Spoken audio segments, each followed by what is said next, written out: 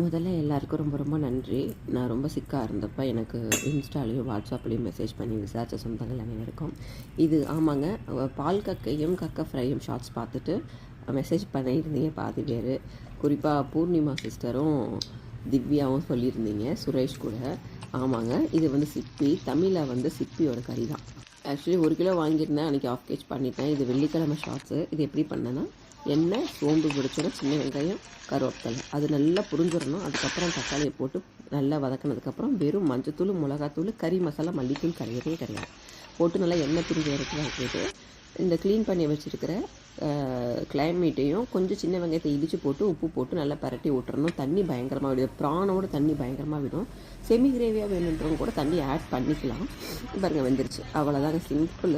மட்டனோட அவ்வளோ ஃபேட்டு, நல்ல good for health, medicines also.